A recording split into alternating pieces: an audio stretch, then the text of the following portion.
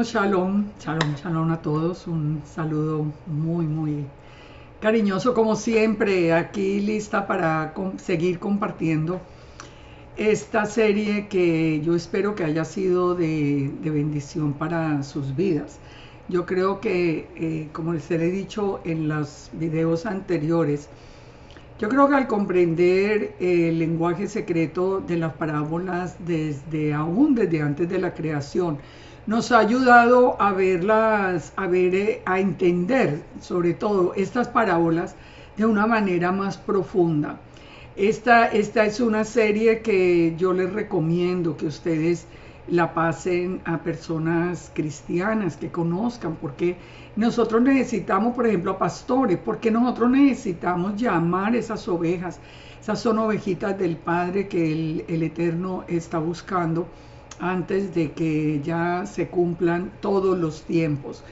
En este día vamos a ver, en esta serie de parábolas el lenguaje secreto, vamos a ver otro de los misterios anunciados a través de Pablo, que es el misterio de iniquidad.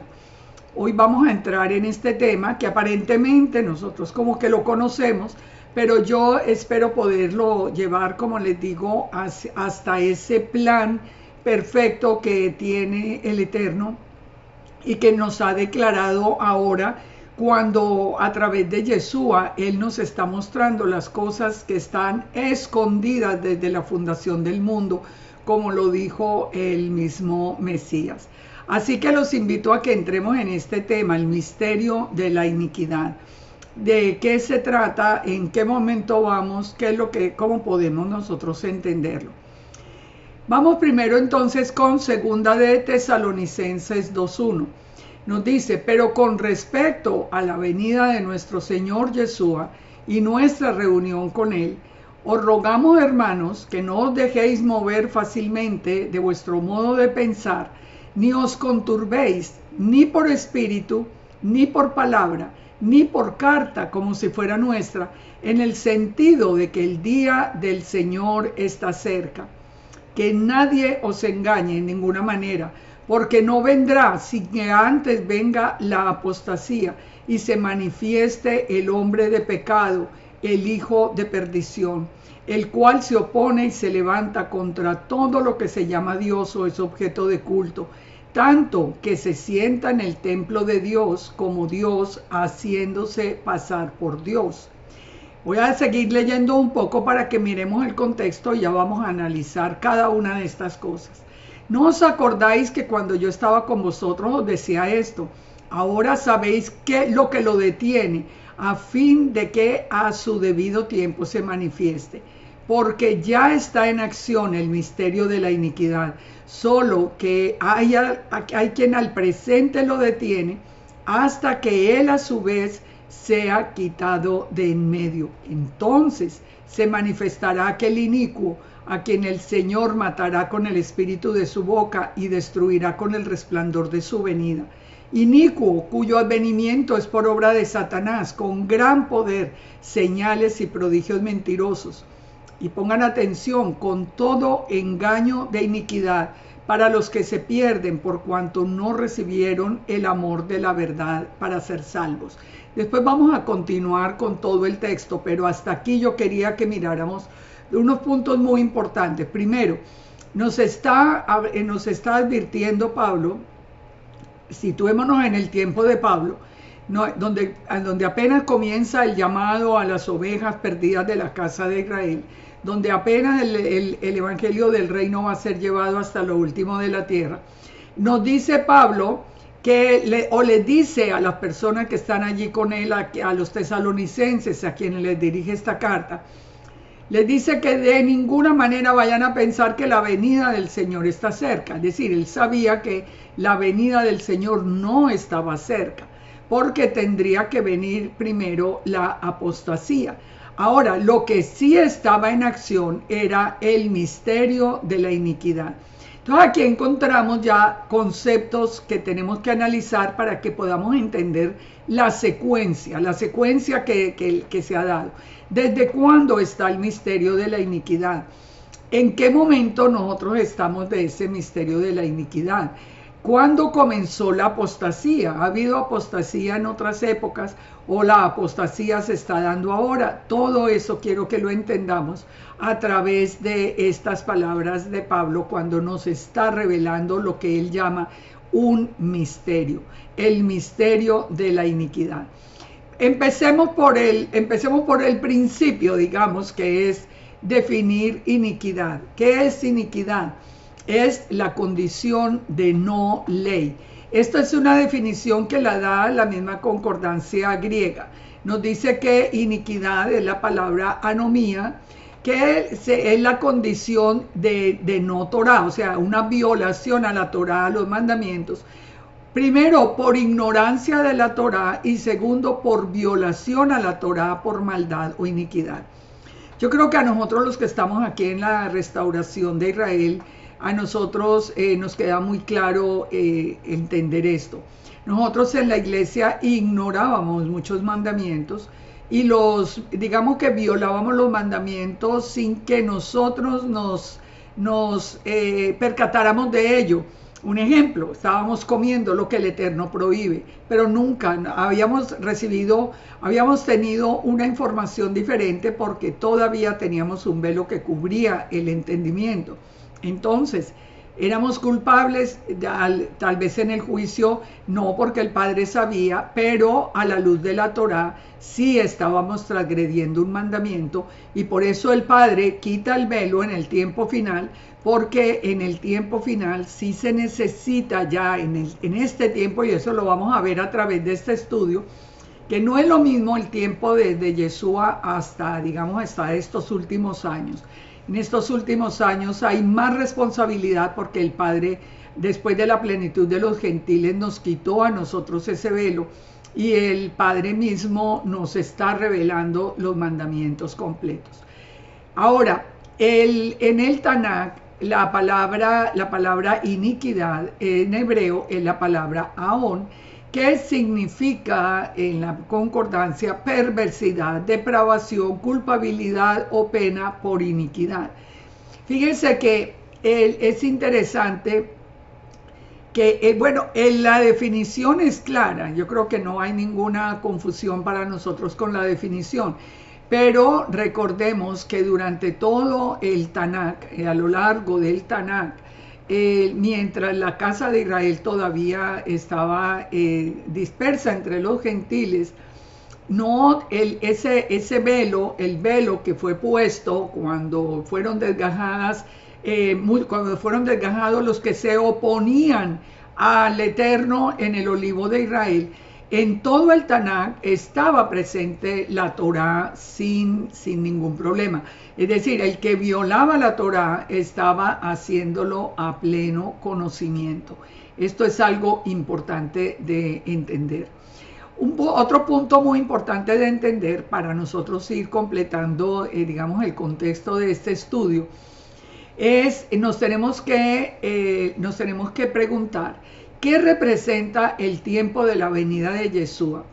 El tiempo de la venida de Yeshua, nosotros hemos venido hablando de la batalla de las simientes desde hace ya mucho tiempo. Yo tengo unas series allí en mi muro de YouTube que si usted no las ha visto, le recomiendo que las vea, porque entender esto es definitivo. Cuando Yeshua venga, se acaba la batalla de las simientes, batalla que comenzó ¿cuándo? Batalla que comenzó antes de la creación, y esto es lo que a nosotros nos debe mover a buscar y a conocer esa batalla. ¿Por qué? ¿Cómo es la batalla? ¿Cómo se ha desarrollado a lo largo de los siglos? ¿En qué punto de la batalla estamos y qué representa esa venida de Yeshua? Ahora nos dice la palabra, nos dice que ya está en acción el misterio de la iniquidad. Y dice, solo que hay quien al presente lo detiene hasta que a su vez sea quitado del medio. Aquí tenemos que entender algo muy importante. Estamos todavía en el tema del misterio de la iniquidad. Es que este misterio está relacionado directamente con la fuente misma de la maldad. Nosotros, para poder entender la fuente de la maldad, Recuerden, nosotros tenemos que regresar a la creación.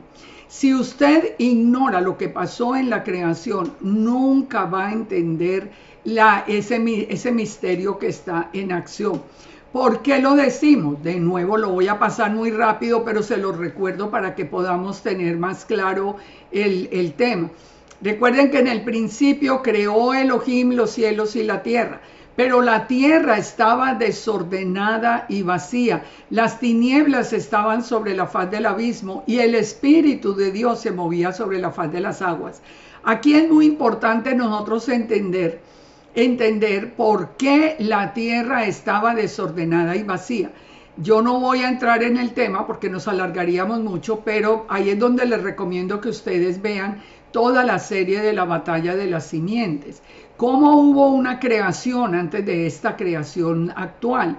Cómo en la creación anterior la tierra le fue entregada en la autoridad al que era ese querubín hermoso. Así que ya cuando estamos leyendo Bereshit 1:1, en el principio creó Elohim los cielos y la tierra estaba desordenada y vacía, podemos ver a través de la misma palabra revelado a David, el Padre se lo reveló, cómo fue que a quien él le había dado la autoridad, el que él llamaba ese querubín hermoso, ese querubín lleno de sabiduría, vestido de piedras preciosas, se rebeló contra el Eterno. Y quiso y quiere, no quiso en pasado, sino quiere, y porque esa es la batalla que él está librando y hoy la entendemos mejor, quiere tomar el control absoluto del mundo y de la creación. Miren, yo les repito esto porque esto es importante. Si ustedes todavía están creyendo, como mucha gente está enseñando, que Satanás no existe, que él fue creado para que nos ayudara a subir y a ascender, que es el término que se utiliza en Kabbalah, y que él no existe, y toda esa historia que sale hoy, que la batalla de las simientes no existe, y que toda esa historia que hoy tenemos, si usted cree todo eso, usted nunca va a poder comprender este tiempo final. Nunca va a saber de qué lado está. Usted no ha amado la verdad porque la verdad está muy clara y la verdad a nosotros nos hace libres. Recuerden, el Padre hace la creación. ¿Qué es lo primero que aparece? Aparece la serpiente, que estamos hablando del enemigo, del adversario de Satanás. Aparece en la tentación a Eva para que probaran del árbol del conocimiento del bien y del mal. Que comienza allí con la caída, con la aceptación de que ellos serían como dioses, que ellos no era que fueran a morir, sino que serían como dioses, que vino digamos que el enunciado principal de la batalla de las simientes, Génesis 3:15, pondré enemistad entre ti y la mujer, entre tu simiente y la simiente suya. Esta te herirá en la cabeza y tú le herirás en el calcañar. ¿Cuál es la simiente de la mujer? Es Yeshua, es el único. Se lo garantizo. Ustedes, estoy segura que nadie puede enviar por eso el tema no se toca. Nadie puede enviar una propuesta de quién puede calificar para ser la simiente de la mujer. El único que nació sin la participación del hombre fue Yeshua. Quien dice que la simiente de la mujer es Israel, es mentira. Es mentira porque el Israel está actualmente bajo la simiente de la serpiente. Y vamos a ver por qué. O sea, es que nosotros si no entendemos, como les digo, nos vamos a perder, como dijo el mismo Eterno. Mi pueblo se perdió porque le faltó conocimiento. Ahora, cuando nosotros ya entendemos todo este principio, nosotros venimos a los misterios que están siendo revelados ahora y entendemos por qué el primero de los misterios que nos revela es el misterio de la piedad. ¿Qué es lo que nos dice el misterio de la piedad? Que el Eterno se hizo hombre, que Él nos está hablando del tema del Ejad de Yahweh y Yeshua. Ese es otro punto que si no se entiende no hay manera de poner en orden toda la escritura. Cuando todavía se piensa que Jesús es divino, pero que no es el Padre, de ahí comienza toda a resquebrajarse toda la escritura, porque no hay dos dioses, divino es Dios. Entonces, si Jesús es divino, es un Dios, y el Eterno es un Dios, y hay dos dioses en Israel, ahí ya no podemos hablar de la palabra del Eterno revelada. El misterio de la piedad, que ya lo vimos en uno de los estudios anteriores, nos dice muy claro que el Eterno se hizo hombre, y es lo que nosotros hemos creído sin problema, porque nosotros sabemos, los que hemos creído en el Eterno, que para Él no hay imposibles. Él envió su palabra en la forma de un hombre, punto. Él puso el embrión en el vientre de Miriam, punto. Él puede hacerlo. Él hizo la creación a través precisamente de su palabra, que es Jesús. Ahora, entonces, el misterio de la piedad tiene que ver con Yeshua, porque Yeshua es esa personificación del Eterno, es la imagen visible de Elohim. Ahora, el misterio de la iniquidad, ¿a quién representa? Al dragón, a Satanás. Porque esa es la batalla, y hoy sí que estamos viendo clara la batalla.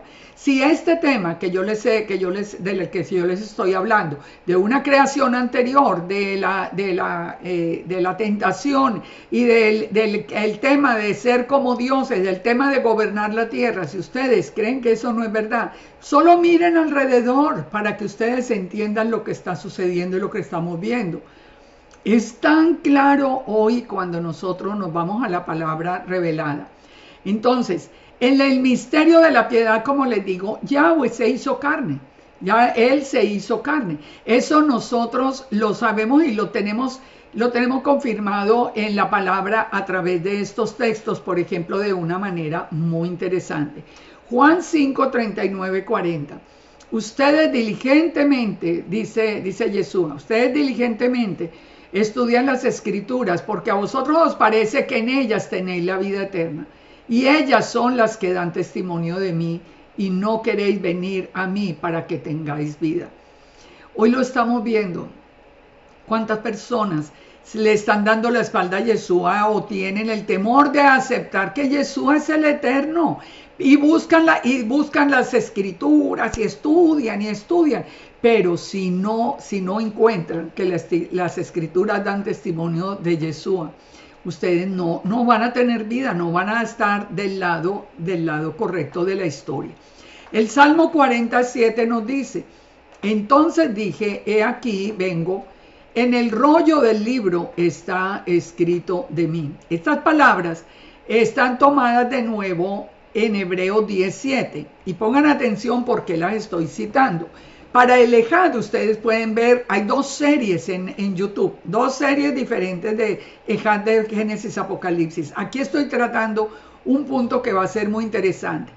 Hebreos 17, citando el Salmo 47, nos dice: entonces dije, he aquí que vengo, oh Dios, para hacer tu voluntad, como en el rollo del libro está escrito de mí, que es exactamente la cita del Salmo 47. Pero pongan atención al verso 8, diciendo primero: sacrificio y ofrenda y holocaustos y expiaciones por el pecado no quisiste, ni te agradaron las cuales cosas se ofrecen según la Torá. Diciendo luego: he aquí que vengo, oh Dios, para hacer tu voluntad. Quita lo primero para establecer lo último. Estas palabras son muy, muy importantes de entender. Estábamos diciendo ahora que en el Tanakh no había ninguna duda de que la Torah estaba vigente para siempre, es eterna. Ahí no había ninguna duda, todavía no había nacido Yeshua, todavía las ovejas de Israel permanecían como gentiles en el mundo. ¿Qué era lo que se estableció? ¿Qué era lo que se establecía a través de todo el Tanakh? El sacrificio, la ofrenda, los holocaustos y las expiaciones por el pecado. Pero ¿qué pasó? Que nunca agradaron al Eterno, aunque se ofrecían según la ley, porque nosotros podemos leer en todo el Tanaj cómo el pueblo pecaba, cómo los templos inclusive fueron destruidos a causa del pecado que había en ellos. Nosotros podemos encontrar cómo fueron tan pocos los reyes de Israel que hicieron lo recto delante del Eterno, aunque el Eterno los bendecía mientras ellos estaban haciéndolo, estaban en obediencia. Sin embargo, Israel en general, la casa de Judá y la casa de Israel, siempre ha sido un pueblo de dura cerviz, un pueblo rebelde, un pueblo que va contra la Torá.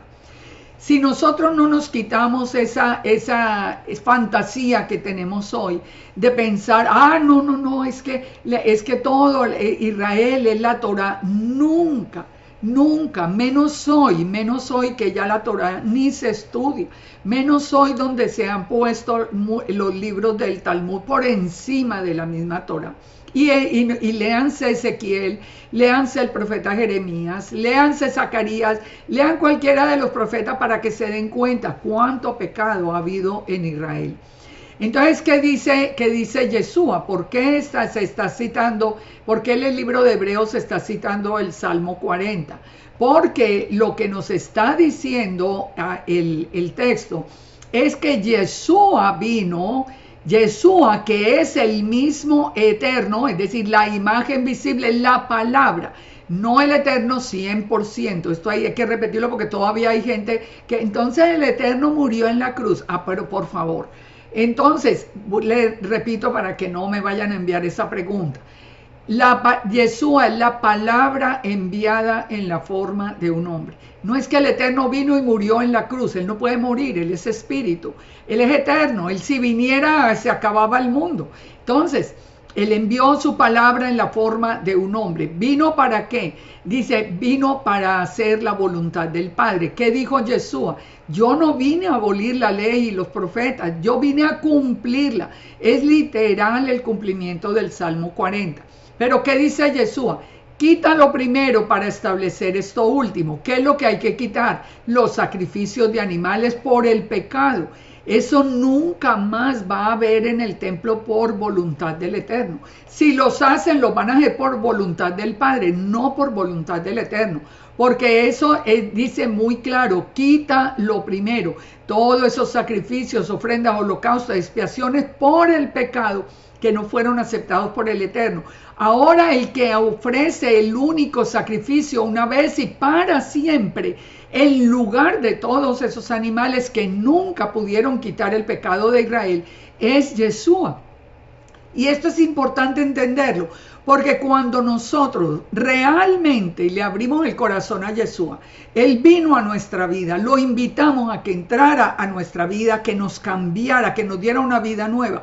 Nosotros sabemos que lo primero que hizo fue hacer una nueva creación y poner en el corazón nuestro la Torá para que por amor, no por obligación, sino por amor nosotros obedeciéramos al Padre. Así que entender esto nos hace parte y nos lleva directamente a esta batalla de las simientes. ¿Por qué? Las personas que todavía están esperando que levantan el templo y que vuelven otra vez los sacrificios y dicen que creen en Yeshua, piensen en esto. ¿Qué van a hacer cuando ya se levante el templo? ¿Qué van a hacer cuando ya a través de las guerras y de todo en Israel se logre tener el control del monte del templo y se levante? Ustedes van a negar el sacrificio de Yeshua por esperar que sacrifiquen allí corderos o cualquiera de estas, de todo lo que había sido ordenado. Si la palabra nos dice que Yeshua es el sacrificio único para siempre, nosotros sabemos que ya no hay, y aquí está confirmado en Hebreos 17, que ya lo primero fue quitado.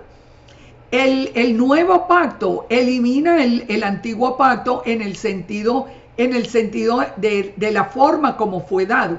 El primer pacto fue dado en piedra, el segundo pacto es sellado el antiguo pacto fue sellado con la sangre de animales, pero el nuevo pacto es sellado con la sangre de Yeshua, y es un sacrificio realizado una vez y para siempre. Entonces, esto es importante de entenderlo. Por eso la batalla es entre Yeshua y la simiente de la serpiente, entre Yeshua y Satanás. Y ha sido una batalla de siglos y sigue siendo la misma batalla. Entonces ahí nosotros vamos entendiendo de qué lado estar nosotros y en qué momento de la historia nosotros estamos. Ahora, ¿qué pasó cuando ya Yeshua vino, Yeshua se hizo hombre, Yeshua creció y va a comenzar el ministerio de Yeshua? ¿Qué es lo primero que nosotros encontramos en el camino? Nosotros encontramos que Yeshua, antes de comenzar el ministerio, se va al desierto por 40 días. Un día por año del tiempo que estuvo Israel, es decir, como si estuviera haciendo una redención por cada uno de los años en que Israel estuvo en el desierto. Pero ¿quién es el que aparece inmediatamente? Yeshua va al desierto, aparece Satanás. Y Satanás, ¿por qué se enfrenta a él en el desierto? Porque Satanás conoce el plan, él sabe con quién está hablando. Por eso le dice, por ejemplo, en una de las tentaciones, le dice, si eres hijo de Dios, di a esta piedra que se convierta en pan. Él sabía que era el hijo de Dios, él sabía que era el unigénito del Padre, él sabía que es su contendor en la batalla, él sabe que es el contendor en la batalla. Por eso Yeshua, ¿con qué le contesta? Yeshua le responde con la palabra, con Deuteronomio 8:3.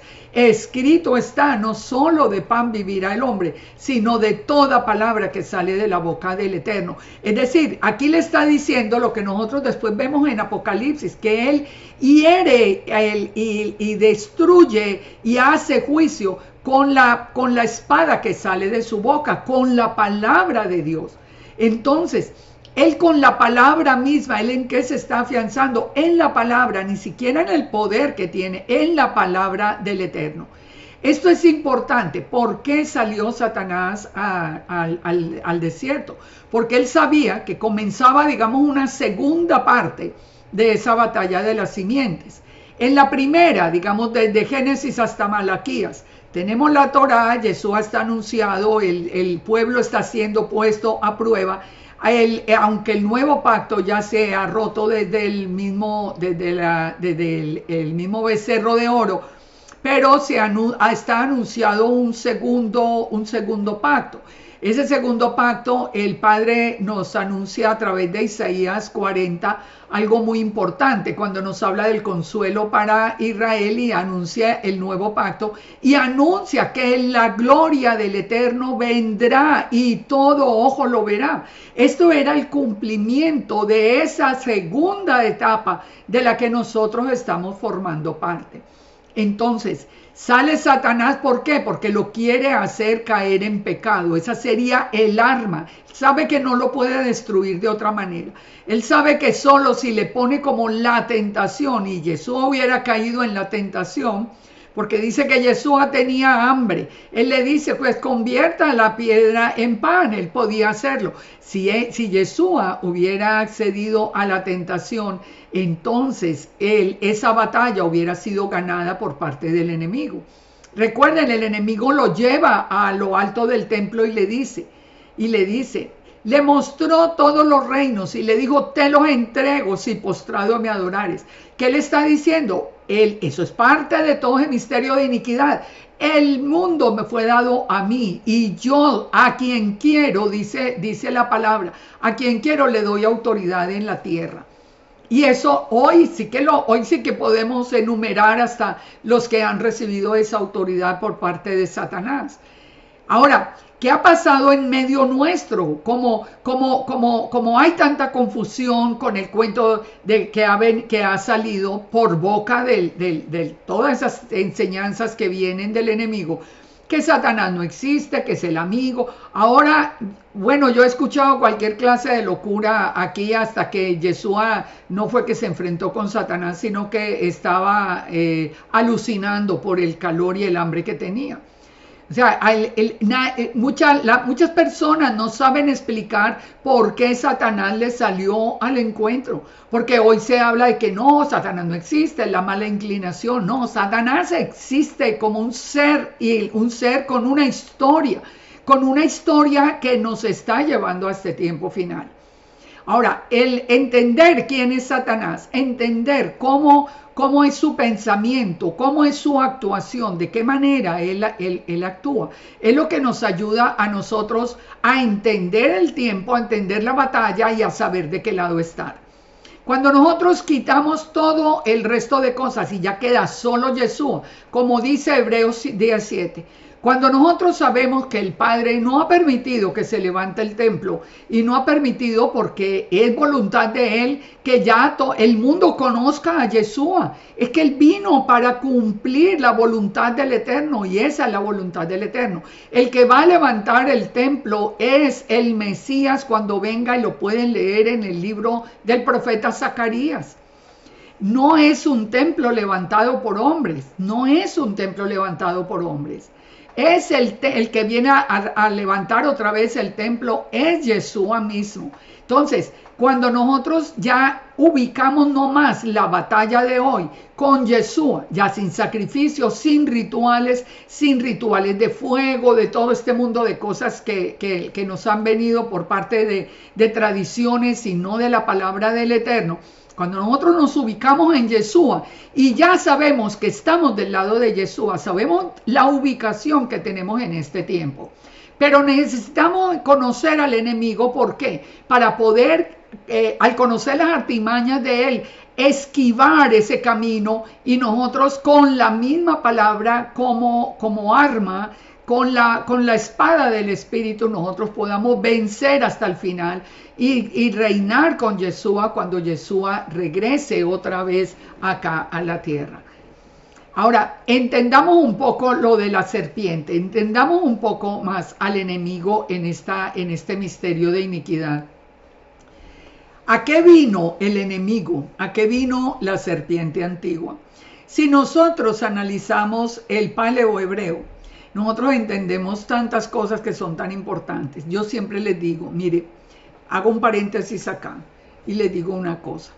Estudien bien cada letra en el paleo hebreo y traten de esas palabras que ustedes quieren saber el significado. Mírenlo a través del paleo hebreo. Allí sí hay sabiduría. Ahí está la verdad. Salgan de esa historia que el hebreo desapareció hace muchos años.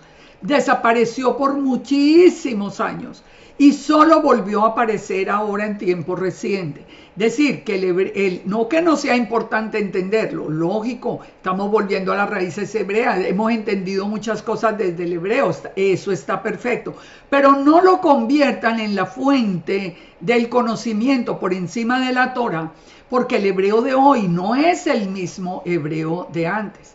Yo les aseguro que ustedes, por ejemplo, en la definición de qué es la Torah en paleo hebreo, ustedes no la van a entender nunca, no se lo van a decir así en el hebreo. El mismo nombre de Yud Hei Vav Hei, ahí la mano, ahí el clavo, eso no se lo van a decir desde el hebreo. Eso está en el paleo hebreo, porque allí ese sí era real. Pero desde el hebreo no le van a decir algo como eso. Entonces, vamos a la palabra en primer lugar y vámonos al paleohebreo para entender en este caso quién es Satán. Las letras que forman la palabra Satán son las letras Shin, Tet y Nun. ¿Qué significa? La letra Shin es una figura de dientes, ustedes lo pueden ver ahí a la mano derecha.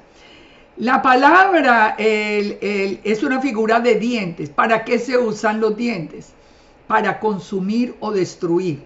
Aquí es donde a nosotros esa figura de la letra nos da una interpretación muy clara. La letra Tet, acá la ven en el centro, que es una figura de la serpiente. Es muy interesante porque nosotros siempre hemos visto a la serpiente como un símbolo de Satanás y precisamente por qué ha sido un símbolo. A usted no le llama la atención que desde el principio Satán hubiera podido aparecer como un arcángel con toda su maldad, pero como un arcángel. No, aparece como una serpiente. ¿Por qué? Porque la letra Tet como figura de serpiente significa rodear, torcer, entrelazar o entrampar. ¿Qué es lo que hace el enemigo con nosotros? Nos rodean, empieza a poner la tentación. Él no viene directamente, mire, yo soy aquí Satanás y mírele, yo le enseño a usted esto, porque le diríamos que no.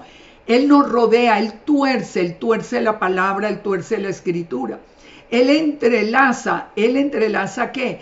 Diferentes opiniones, versiones, diferentes libros, los entrelaza para construir una mentira, porque él es padre de mentira. Para entrampar, para llevarnos a nosotros fuera de la revelación que teníamos y fuera del conocimiento. Piensen por un momento en algo que lo hemos visto muchísimo, de toda la gente que ha dejado a Yeshua, de la gente que ha negado el nacimiento virginal de Yeshua, de la gente que hoy dice que Yeshua, no, es un hijo de José y de Miriam, o sea, un hombre común y corriente que nada hubiera podido hacer por nosotros, que ni siquiera hubiera podido morir en la cruz, porque el Eterno no admite sacrificios humanos. Entonces, ¿qué ha pasado con estas personas que se han dejado rodear y se han dejado torcer? Si usted dice que el nacimiento virginal, a usted no lo va a aceptar la casa de Judá, eso no es lo que dice Judá, etcétera, etcétera. Y hasta que finalmente los ha hecho negar una revelación tan hermosa como la que nosotros teníamos desde el principio. Ahora, volviendo acá, Shin, entonces son los dientes para destruir, para consumir. Tet es la figura de la serpiente para rodear, para entrelazar. Y Nun, fíjense bien acá en la imagen, Nun es una figura de pescado y también es la figura como de un espermatozoide que nos habla de actividad y de vida. En Nun nosotros encontramos esa figura de pescado, que significa que actividad y vida. ¿Por qué nosotros los creyentes somos nombrados en la palabra como peces? Recuerden, Yeshua mismo dijo, los haré pescadores de hombres. Recuerden, desde Efraín y Manasés viene esa relación de toda la casa de Israel como los peces en el agua. El todo Israel ha sido comparado con peces también, porque los mismos apóstoles que eran judíos, ellos eran los hizo Yeshua pescadores de hombres. Entonces, fíjense, cuando nosotros unimos todos estos conceptos, vamos entendiendo al enemigo. Satán se expresa como el que desea aplastar, devorar, destruir. ¿Destruir a quién? A los peces, que son los creyentes, y destruir la actividad y la vida. Eso lo vemos a diario. Cuando una persona cae bajo esa seducción de la serpiente, toda la vida se le vuelve una complicación. Las cosas ya no vuelven a salir bien, vienen problemas emocionales, vienen problemas económicos, vienen problemas familiares, vienen problemas de todo tipo. ¿Por qué? Porque él viene para destruir en el creyente la actividad y la vida. Él le da una vida aparentemente exitosa a los que se rinden a él completamente. Por eso le dijo a Yeshua, yo tengo la autoridad en la tierra y a quien quiero se la doy, a todo el que se postra delante de él se la da. Pero aún así, ¿cómo termina esta gente? Aún así no vayan a creer que ese es el camino de felicidad. Ahora, pero sigamos descubriendo algo de todo lo relacionado con el enemigo para que entendamos este misterio de iniquidad. ¿Dónde está situado el enemigo? ¿Cuál es su dominio? ¿Cuál es su lugar? Efesios 6:10 nos dice, por lo demás, hermanos, fortaleceos en el Señor y en el poder de su fuerza. Vestíos con toda la armadura de Dios para que podáis estar firmes contra las acechanzas del diablo. Recuerden, esto es lo que nos está diciendo el Padre, porque el Padre sí está viendo únicamente desde esta creación, está viendo esa batalla de las simientes, quienes están del lado de Yeshua, quienes están del lado de la serpiente. A nosotros nos dice, Pónganse la armadura que yo les di para que puedan luchar contra las acechanzas del diablo. Pero ¿qué nos dice acerca del dominio y del lugar donde se encuentra? Dice, porque no tenemos lucha contra carne y sangre, sino contra principados, potestades, gobernadores de las tinieblas de este siglo, contra huestes espirituales de maldad en las regiones celestes. ¿Dónde está Satanás? Está en las regiones celestes. Son tantos los que forman parte de esa simiente que están divididos en principados, en potestades, en gobernadores de las tinieblas. Ellos gobiernan el mundo, lo están gobernando y lo han gobernado siempre. Fíjense lo que nos dice Primera de Pedro 5:6.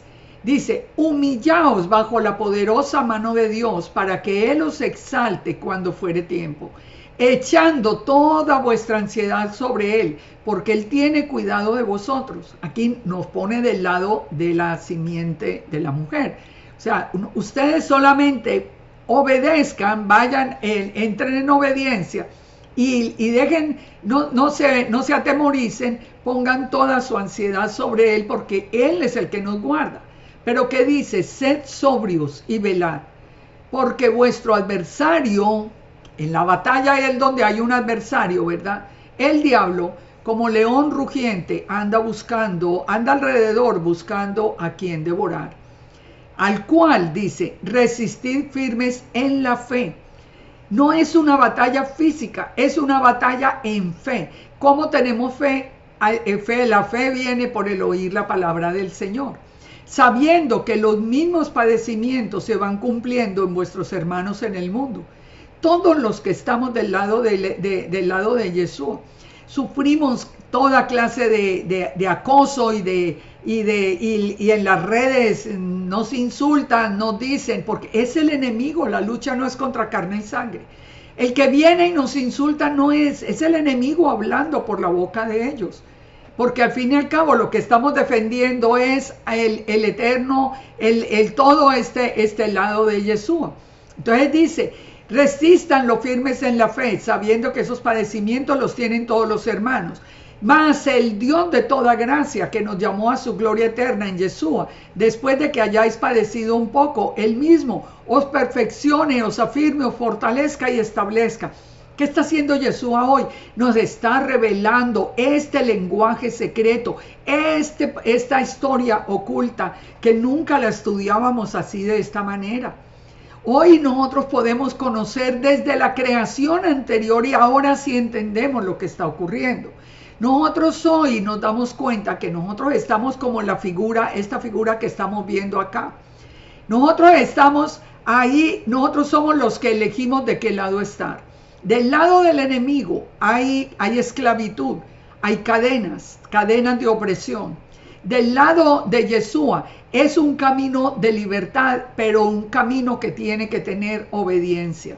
Y la batalla se lleva a cabo en los aires. Esa batalla realmente se está llevando a cabo en los aires. Piensen en estas dos palabras para poder entender todo lo de hoy. ¿Qué es lo que quiere toda esta simiente de la serpiente que está gobernando el mundo? Esclavizar al mundo, convertirlo en robots, ponerle algo en su cabeza que ya no lo puedo mencionar, pero ponerlo adentro de la cabeza para que ya no podamos ni pensar, ni decidir, ni tomar decisiones, ni nada. Esclavizarnos por completo. Sacarnos del corazón, sacarnos de la mente, sacarnos a través de toda la manipulación, todo vestigio de la palabra del Eterno. Pero ¿qué nos dice el Padre? Ustedes vengan en obediencia acá y el mismo Dios de la gloria es el que nos va a guardar, a perfeccionar y nos vaya a acompañar hasta el final. Nosotros somos los que tomamos esa decisión.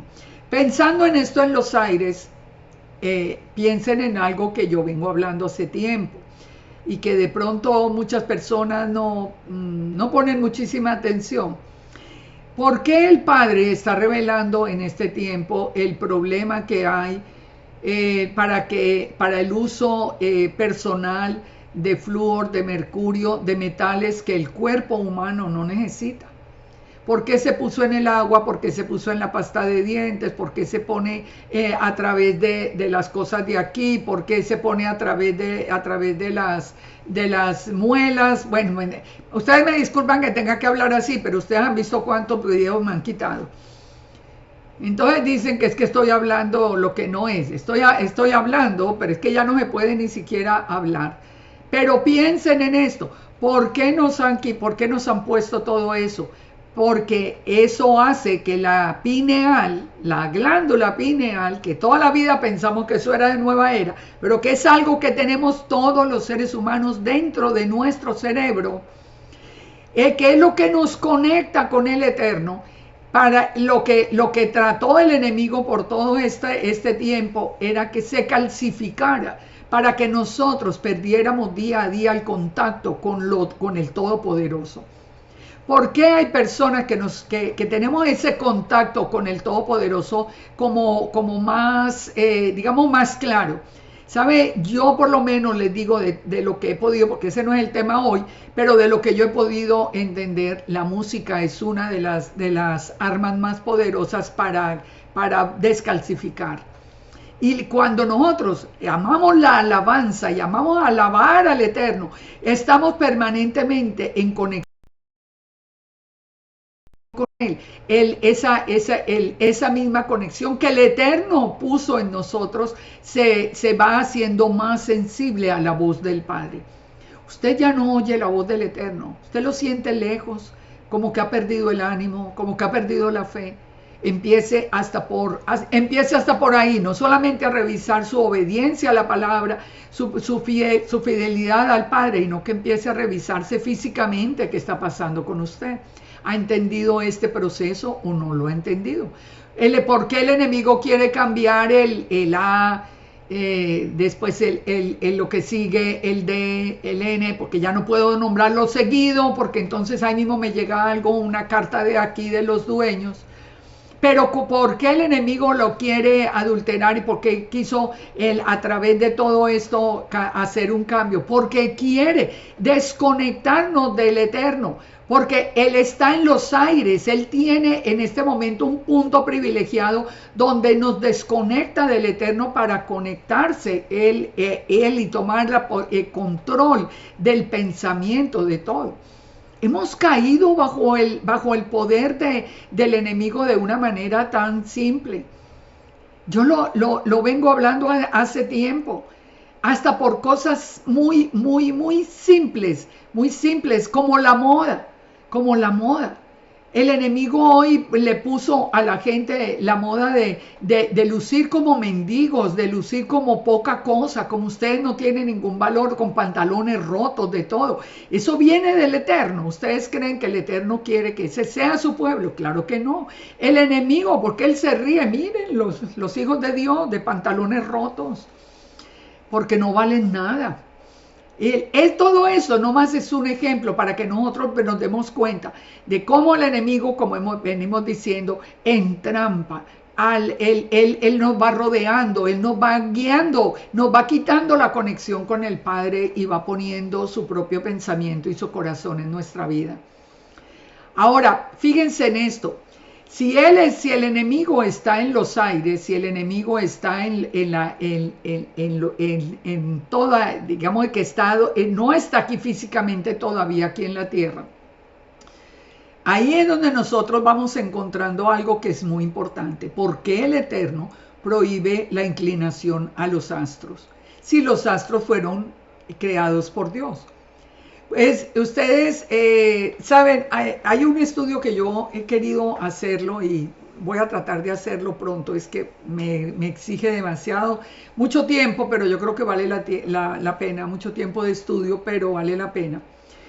Porque es un tema que yo no conozco, tengo que estudiarlo muy bien, que es el lenguaje que hay en la creación misma. El lenguaje que hay a través de las constelaciones. Pero nosotros, ¿por qué sabemos que hay un lenguaje a través de las constelaciones? Ya vamos a ver, porque es que el mismo Eterno nos las está citando como parte profética.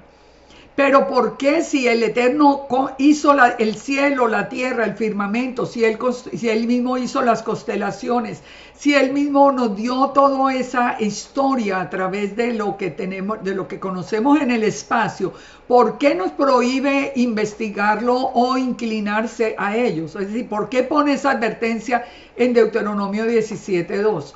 Nos dice: cuando se hallara en medio de ti o en alguna de las ciudades que Yahweh tu Dios te da, hombre o mujer que haya hecho mal ante los ojos del Eterno, traspasando su pacto. A ver, ¿qué cosas malas? Que se hubiera ido y servido a dioses ajenos o se hubiera inclinado a ellos, ya sea al sol, a la luna o a todo el ejército del cielo, lo cual yo he prohibido. Fíjense que aquí nos está dando un patrón muy claro de quién es el que ha traspasado el pacto. El que ha servido a dioses ajenos, inclinándose al sol, a la luna, al ejército del cielo, lo cual yo he prohibido. Si ustedes ven en el Kabbalah que hay, el Kabbalah es un dios ajeno, y está involucrado, ahora les voy a mostrar pruebas, está involucrado profundamente con toda la adoración a los astros, con la astrología, con todo lo que es de satanismo. Y yo vengo insistiendo en esto, pero el enemigo rodea a mucha gente y le hace creer que eso es sabiduría. Eso es sabiduría, es que ahí es donde uno alcanza las alturas y los ascensos y todo ese lenguaje que nosotros ya sabemos de dónde viene. Fíjense, el Eterno prohíbe inclinarse hasta su misma creación. ¿Por qué? Porque el enemigo está en los aires. A quien se van a encontrar es al enemigo. Por eso el Padre dice: más bien estudien mi palabra acá mientras tanto. Pero yo les decía, el Padre nos ha dado a nosotros, inclusive en la profecía nos ha citado esa creación. Fíjense, por ejemplo, en esta constelación, nosotros encontramos en Apocalipsis 12:1, cuando nos dice: apareció en el cielo una gran señal, una mujer vestida de sol con la luna debajo de sus pies y sobre su cabeza una corona de 12 estrellas. Y estando encinta, clamaba con dolores de parto en la angustia de alumbramiento. Aquí nos va a decir cuál es el misterio de esta mujer vestida de sol. Pero también nos está dando a través de la descripción, porque nos dice que esa es una figura que aparece en el cielo. ¿Cuándo aparece en el cielo esta figura? Y fíjense que no es coincidencia. Normalmente aparece alrededor de la fiesta de Yom Teruah. ¿Quién viene en Yom Teruah? Yeshua. Yeshua viene en Yom Teruah a reinar en la tierra. ¿Por qué el Eterno nos dice que estemos atentos a esa señal? Porque en el tiempo en que Yeshua venga, esa señal estará exactamente en el día de la venida de Yeshua. Y nos está alertando no solamente de quién viene, porque ahí nos cuenta toda la señal, sino que también nos está diciendo el tiempo de la venida de Yeshua. Pero también al mismo tiempo que nos advierte sobre el que nacía con los dolores de parto, dice que aparece otra señal en el cielo, que es el dragón escarlata, con 7 cabezas y 10 cuernos, y en su cabeza 7 diademas. Entonces, aquí nos está poniendo la batalla, ¿dónde? En los cielos. En los cielos. La mujer vestida de sol con la luna debajo de sus pies sobre su cabeza, que es la que se llama Betulá, la Virgen, que nosotros ya sabemos a quién se refiere, pero también se refiere en términos generales ahí sí a Israel, pero de todas maneras también hace la referencia al nacimiento de Yeshua, de acuerdo al resto del capítulo. Nos pone al mismo tiempo frente a la batalla en el momento final, cuando aparece el dragón escarlata, que tiene 7 cabezas y 10 cuernos. Esto ustedes lo saben, que son las señales de la bestia. Entonces, ahí nosotros empezamos a ver cómo el enemigo va a confundir el mensaje de los cielos. ¿Por qué muchos se van detrás? ¿Por qué tenemos que seguir las instrucciones del Eterno? Ahora, pero busquemos la palabra firmamento, si Él está en el firmamento, busquemos la palabra firmamento en paleohebreo. Y miren lo que nos dice el significado de la palabra firmamento en paleohebreo. Las letras son la letra Resh, Kuf, Yod y Ain. Y fíjense lo que significa cada una de esas letras para nosotros entender qué significa firmamento, firmamento. Y pensemos en la batalla, en el firmamento está el enemigo, pero el firmamento fue creado por el Eterno, pero la batalla está en los cielos. Y miren lo que significa la palabra firmamento. La primera figura nos habla del verdadero príncipe de los cielos, o sea, nos está hablando de Yeshua, el Hijo de Dios, el que también es el creador, Recuerden que el mundo fue creado por la palabra. La segunda letra, que es en la palabra raquía, es la Yod, y la Yod, aquí lo vamos a ver,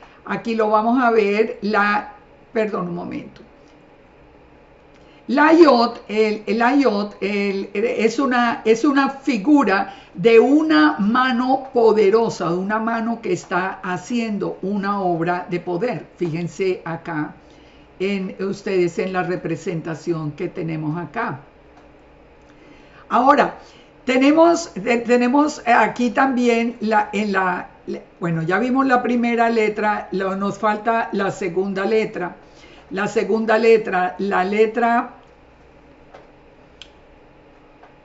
letra Yod, que es la de la mano. Aquí tenemos la figura digamos, del pueblo escogido, que él está significando que nosotros somos como peregrinos en el mundo, que miramos hacia el mismo cielo que construyó el Eterno. Y por último, en esta palabra raquía, que es la letra Ain, que es la figura de un ojo, que significa ver o entender. Todo esto, ¿cómo nos resume esa palabra raquía, que es el firmamento? ¿Cómo lo pudiéramos resumir en una sola frase que unamos como siempre se hace la interpretación del paleohebreo?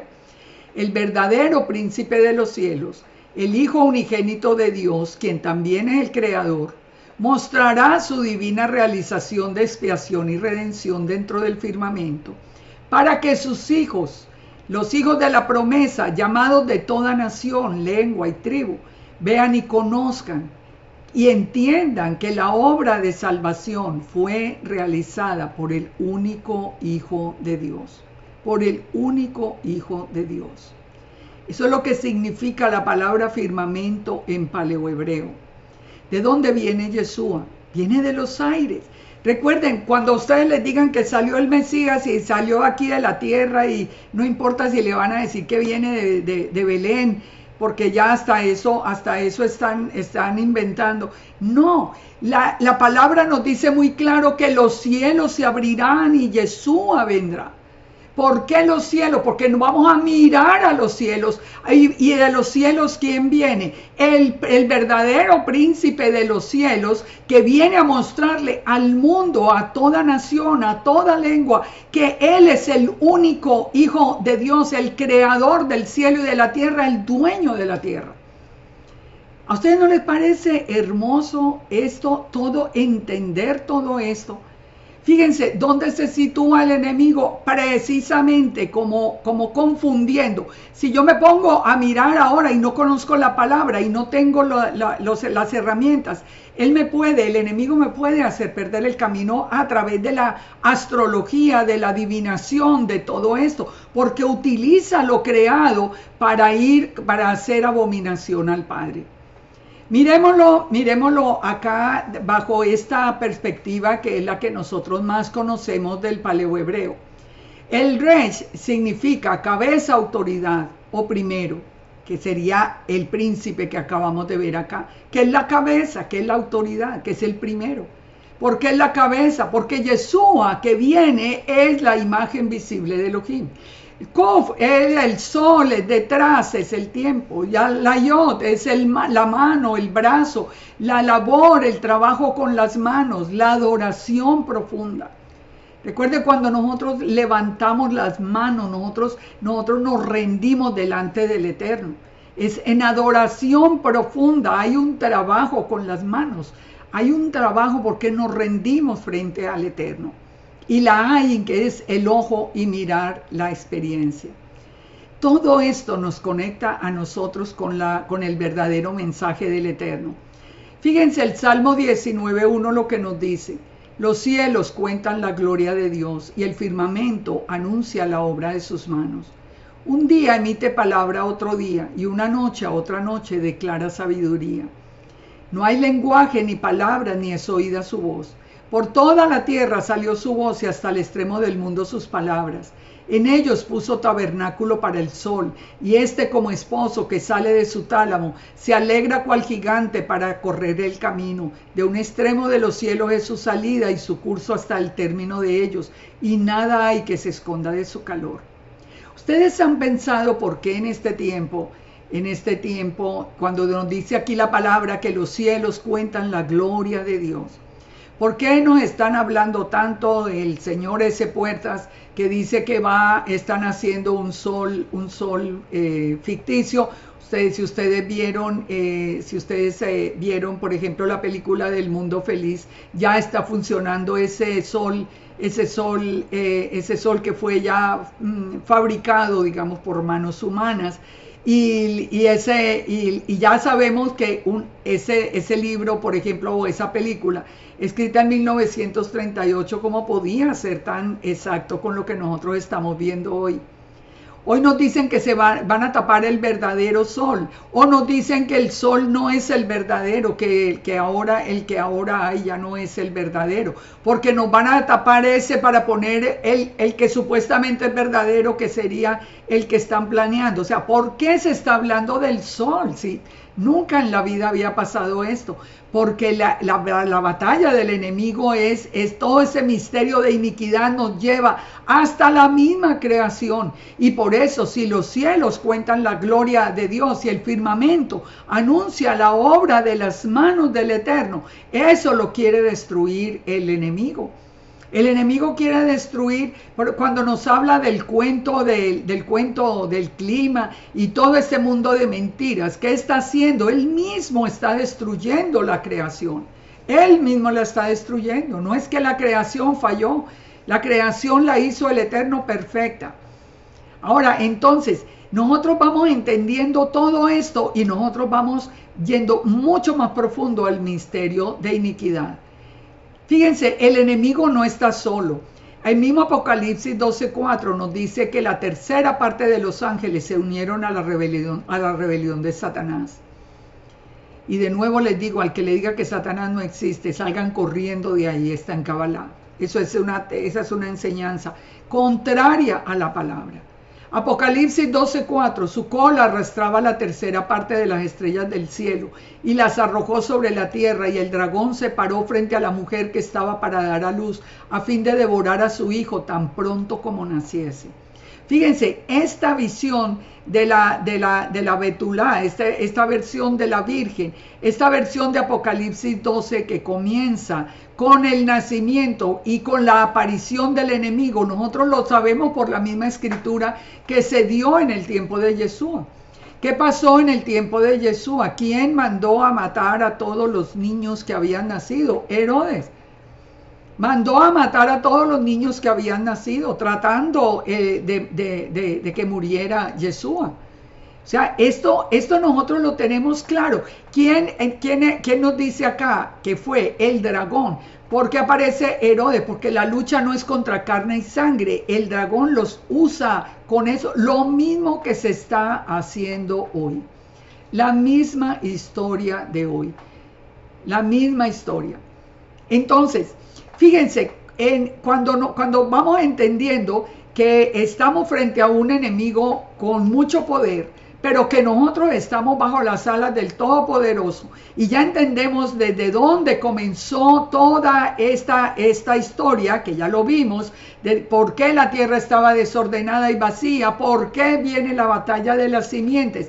Ahora sí entendemos lo que está sucediendo en este tiempo. Ahora sí volvamos a Segunda de Tesalonicenses y pongamos todo esto que hemos aprendido dentro de este texto. Dice, con respecto a la venida de Yeshua y la reunión con él, no se dejen mover de modo de pensar, no se vayan a preocupar ni porque un espíritu venga, ni una palabra, ni una carta que les diga que está cerca. Eso dice Pablo. Que nadie los engañe, porque no vendrá sin que antes venga la apostasía. ¿Cuál es la diferencia con el tiempo de hoy? Que hoy sí ya estamos en la apostasía. En el tiempo de Pablo no hubo apostasía. Hubo persecución, que es diferente. En el tiempo de los apóstoles, la persecución se dio primero por la casa de Judá. Recuerden que el mismo Pablo estuvo presente en esa persecución. Él se dividió por causa de la casa de Judá y también por causa de Roma después. Por eso cuando el templo fue destruido y ya toda la casa de Judá fue dispersa entre las naciones, los que siguieron persiguiendo a todos los llamados cristianos, todos los que habían seguido y reconocido a Yeshua, fue Roma.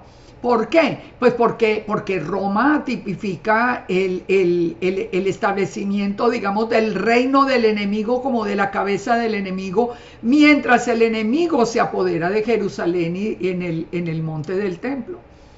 ¿Qué es lo que lo ha representado? Lo ha representado Roma, por eso los perseguían. Pero era persecución, no apostasía. La prueba está que a pesar de la persecución, a pesar de todo lo que nosotros conocemos por la historia, nosotros nos damos cuenta que el mensaje siguió hasta que usted y yo lo escuchamos, y todavía hoy lo seguimos proclamando, que Yeshua es el Señor, que Yeshua es Adonai, que Él vino para salvarnos y que Él es la simiente de la mujer. Pero hoy sí hay apostasía. ¿Qué es apostasía? Es darle la espalda a lo que creíamos. La apostasía no es maldad, la apostasía no es la iniquidad, la apostasía es darle la espalda a lo que nosotros creíamos. Y hoy sí, la gran mayoría de la casa de Israel está en apostasía. Le ha dado la espalda a Yeshua, no acepta el ejad del Eterno y de Yeshua, no quieren ni siquiera hablar. Hoy ya no se quiere siquiera mencionar a Yeshua. Si ustedes ponen atención, en la mayoría de los estudios ya solo se habla de Mashiach, o el Mesías. ¿Qué va a pasar? ¿Por qué se quita el nombre de Yeshua? Porque el nombre de Yeshua es el nombre sobre todo nombre. Porque Yeshua es el que identifica al verdadero Mesías. Porque si usted solo oye el Mesías, cuando salga el falso Mesías, cuando salga el antimesías, que lo van a llamar también el Mesías, usted va a pensar simplemente que ese es, porque ese es el Mesías. Si usted no sabe el nombre, usted va a creer que ese es el Mesías. Recuerden, el enemigo vino para entrampar, el enemigo vino para rodear, para ir quitando lo esencial. Si usted no habla de Yeshua y usted solo habla de él como el Mesías, además él vino para darnos a nosotros salvación, él vino como el Cordero, él vino, la identificación de él en general, aunque él es el Mesías, no fue, yo soy el Mesías, aquí llegué, ustedes no van a encontrar eso. El plan tenía una secuencia. No se dejen quitar el nombre de Yeshua. No dejen que siempre les digan el Mesías, porque le están robando a usted la posibilidad de tener el conocimiento y el entendimiento de que cuando salga el falso Mesías, usted sabrá de qué lado está. Sigamos acá. Entonces, a diferencia del tiempo de Pablo, hoy sí hay apostasía. Hoy hasta hay muchos de la casa de Israel que han negado al Padre. Que el Padre es malo, que mire lo que dice la Escritura y tuercen la Escritura para decir esto. Hoy estamos en apostasía. Hoy vemos en la casa de Judá y en la casa de Israel, muchos que se declaran, siendo de la casa de Judá o de Israel, se declaran ateos, seculares, o se declaran ellos mismos dioses. Entonces, la apostasía la vemos. Vemos todas las prácticas de Kabbalah, que es, como les digo, es que es un dios ajeno, es un dios falso. Lo vemos, ciudades enteras en Israel. Lo vemos en todas las festividades, en todas las fiestas. Lo vemos prácticas contra el Eterno. Hoy hay una verdadera apostasía. Pongan atención en Yom Teruah, cómo hay como en Yom Teruah y en la cuenta del Homer, cómo se presenta invocación de espíritus. Entonces, hoy sí hay verdadera apostasía. Entonces, ahora sí estamos en el tiempo en que se puede manifestar el hombre de pecado. Por eso Pablo decía, no en el tiempo de acá, cuando la apostasía aparezca, ahí sí se va a manifestar el hombre de pecado. El hombre de pecado va a entrar ¿a dónde? En el templo de Dios, haciéndose pasar por Dios. Esto, léanse Mateo 24, el mismo Yeshua dice, cuando el inicuo entre al templo, los que estén en Judea huyan a las montañas. Es que la escritura no puede ser más clara, pero ¿la estamos creyendo? No. Porque nosotros hemos dejado la palabra para seguir enseñanzas y tradiciones de hombres que se oponen. Pero miremos esto ya terminando. Dice, ¿no os acordáis que cuando yo estaba con vosotros os decía esto? Pero ahora vosotros sabéis qué lo detiene. ¿Qué es lo que detiene la aparición del antimesías? ¿Qué es lo que detiene que se manifieste digamos, la cabeza de ese misterio de iniquidad que es la serpiente? ¿Qué es lo que detiene eso? Dice, al presente hay quien lo detiene hasta que sea quitado. Cuando ese que sea quitado, ¿que quién es? Es el arcángel Miguel. ¿Dónde encontramos que el que detiene esto es el arcángel Miguel? Lo encontramos en Daniel 12:1. Daniel 12:1 nos dice, en aquel tiempo se levantará Miguel, el gran príncipe que está de parte de los hijos de tu pueblo, y será tiempo de angustia, cual nunca fue desde que hubo gente hasta entonces. Se levantará Miguel, el arcángel que está, nos está guardando a nosotros, a todos los que somos realmente parte del pueblo, al verdadero Judá y a la verdadera casa de Israel, nos está guardando hasta ahora. El que no ha permitido que eso suceda es la presencia del arcángel Miguel acá en la tierra. Pero él va a ser levantado. ¿Y qué dice la palabra en Daniel? Que él empezará un tiempo de angustia como nunca lo ha habido en la tierra. Pero ¿qué dice al mismo tiempo como promesa? Los que en aquel tiempo será libertado tu pueblo, todos los que se encuentren escritos en el libro. Fíjense, ya volvemos acá, volvamos hasta acá un momento para entender estas palabras de Pablo. Entonces, ya sabemos quién es el que lo detiene. Cuando sea quitado el arcángel Miguel, que no es el Espíritu Santo, como decían muchos en la iglesia, que no es la iglesia la que va a ser quitada, porque la iglesia no guarda a Israel, es el arcángel Miguel.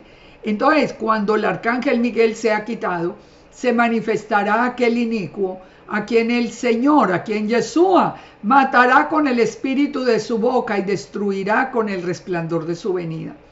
Inicuo, cuyo advenimiento es por obra de Satanás, con gran poder, señales y prodigios mentirosos. O sea, ese falso Mesías que se va a levantar viene por obra de Satanás. ¿Se acuerdan? La batalla del misterio de la piedad y el misterio de iniquidad. Y dice que va a venir con gran poder, con señales y prodigios mentirosos.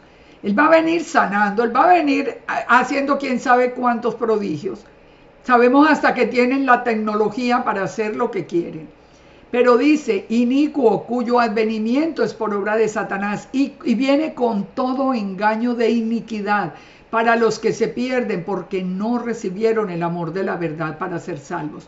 Todo el que no cree en la palabra del Eterno se va a perder. Y hoy, ¿cuál es el ataque más grande que tenemos contra la palabra? ¿Por parte de quién? De la misma casa de Israel. De la misma casa de Israel y de la misma casa de Judá. No, que la palabra está adulterada, que es que eso es mentira, que el Nuevo Testamento así no es, que es que léanse la nueva versión que sacaron, que copiaron del internet y la cambiaron a gusto del consumidor y cómprenla y ahora sí tienen la verdad. Y todo se opone a la voluntad del Padre. Entonces, frente a toda esta guerra que tenemos nosotros que hacer, permanecer en la verdad para nosotros poder ser salvos. Ahora sí, sigamos viendo entonces Daniel 12:2. Ya sabemos, se levantará Miguel. ¿Y quién viene acá a la tierra? Nos dice Apocalipsis 12:7. Nos dice que cuando Miguel se ha levantado, va a haber una batalla en el cielo. ¿Dónde dijimos que estaba el dragón? En los aires. Entonces dice, hay una gran batalla en el cielo. Miguel y sus ángeles luchaban contra el dragón. Luchaban el dragón y los ángeles. Está hablando de los aires donde se va a llevar a cabo esta batalla de la que nos habla Apocalipsis 12:7. Pero miren lo que nos dice Daniel. Nos dice, hablando de esa batalla, que después de esa batalla, el Satanás mismo vendrá a la tierra. Por eso dice que el antimesías viene en el poder de Satanás. Satanás no puede aparecer así él, sino que tiene que tomar posesión del que se va a levantar como Mesías. Entonces dice, pero en aquel tiempo será libertado tu pueblo, los que se hayan escrito en el libro. ¿Qué nos sigue diciendo Apocalipsis 12, si ustedes lo leen? Que el remanente que guarda la Torá y tiene la fe de Yeshua va a ser recogido por los ángeles y va a ser guardado en el desierto por 3 años y medio, el tiempo de la gran tribulación. Y dice, muchos, ya cuando Yeshua regrese, muchos de los que duermen en el polvo serán despertados. Sabemos que esa es la primera resurrección. Unos para vida eterna, otros para vergüenza y confusión.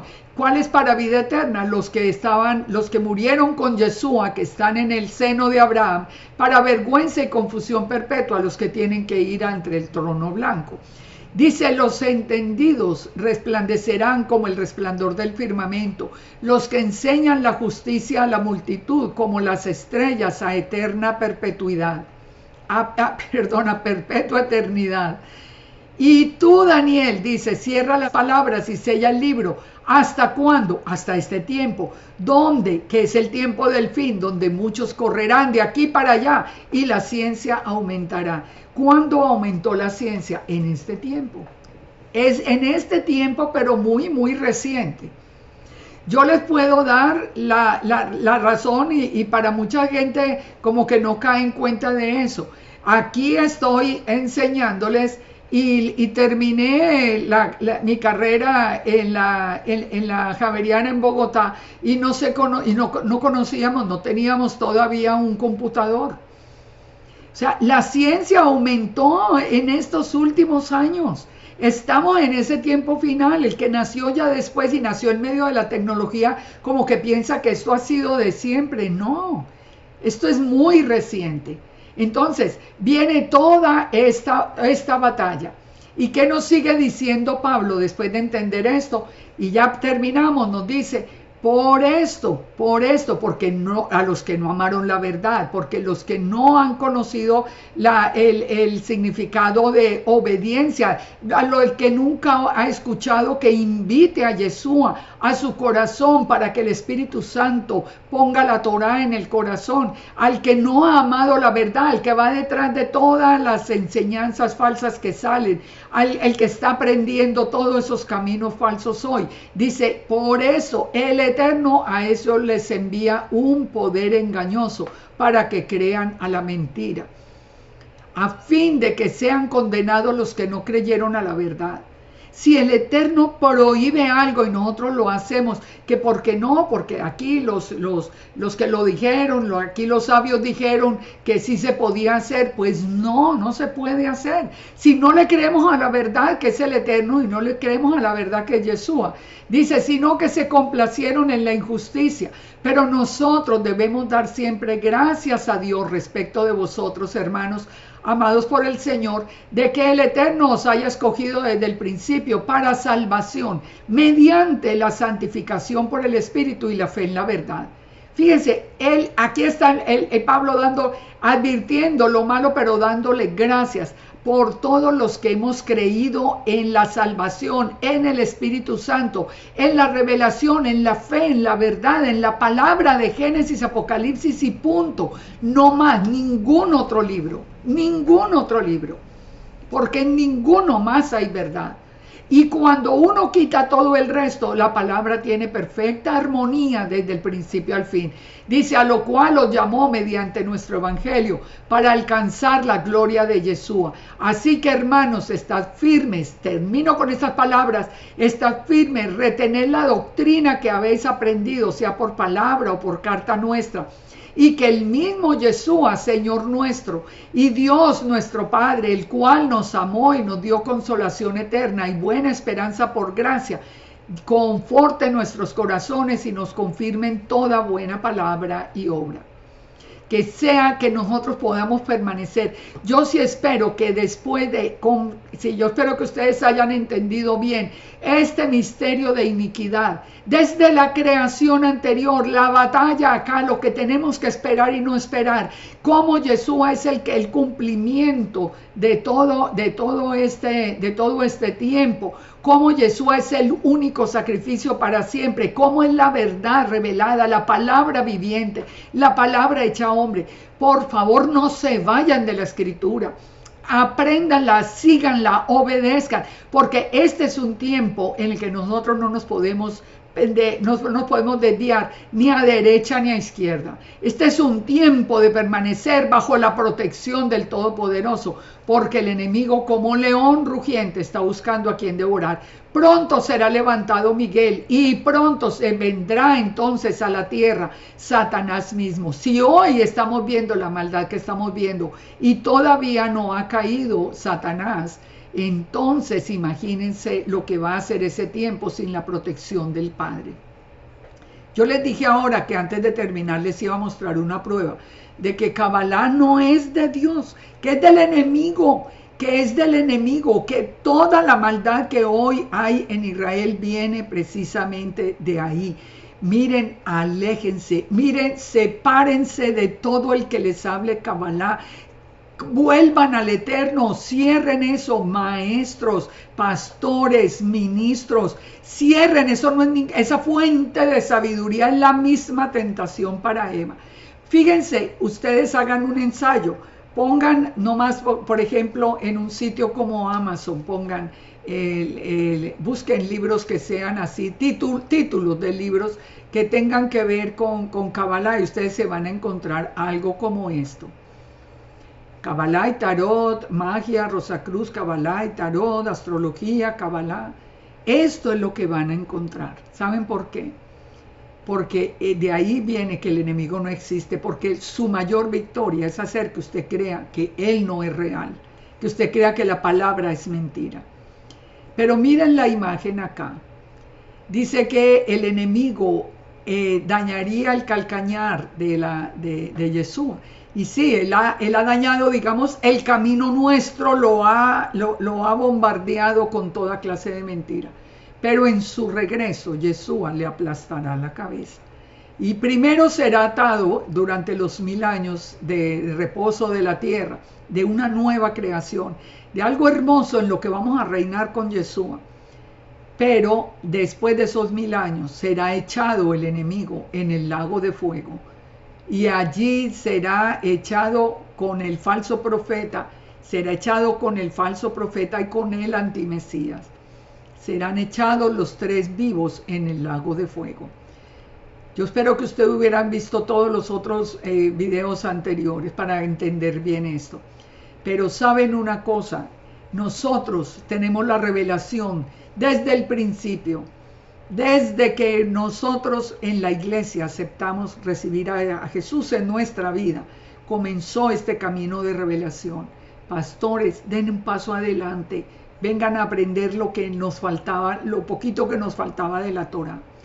Den ese paso adelante porque el remanente guardado guarda la Torá y tiene la fe de Yeshua. y nosotros estamos en plena restauración. Judá va a ser restaurado, va a conocer a Yeshua, va a regresar a la Torá y va a ser restaurado, y de allí también saldrá un remanente que será unido a al remanente de la casa de Israel. Y como dijo Yeshua a los apóstoles, les dijo, y a toda la casa de Judá, les dijo: hay unas ovejas que no son de este redil, yo debo ir a buscarlas y las traeré, y serán un solo rebaño y un solo pastor. Ese solo pastor va a ser Yeshua, el solo rebaño, el pueblo de Israel, el remanente, que reinaremos con él. Vengan otra vez al Eterno, salgan de Kabbalah, aléjense de Kabbalah. Es que mientras más ustedes busquen, más van a encontrar. ¿Hasta dónde? Por eso es prohibido meterse en las profundidades del Kabbalah, porque son las profundidades del enemigo mismo.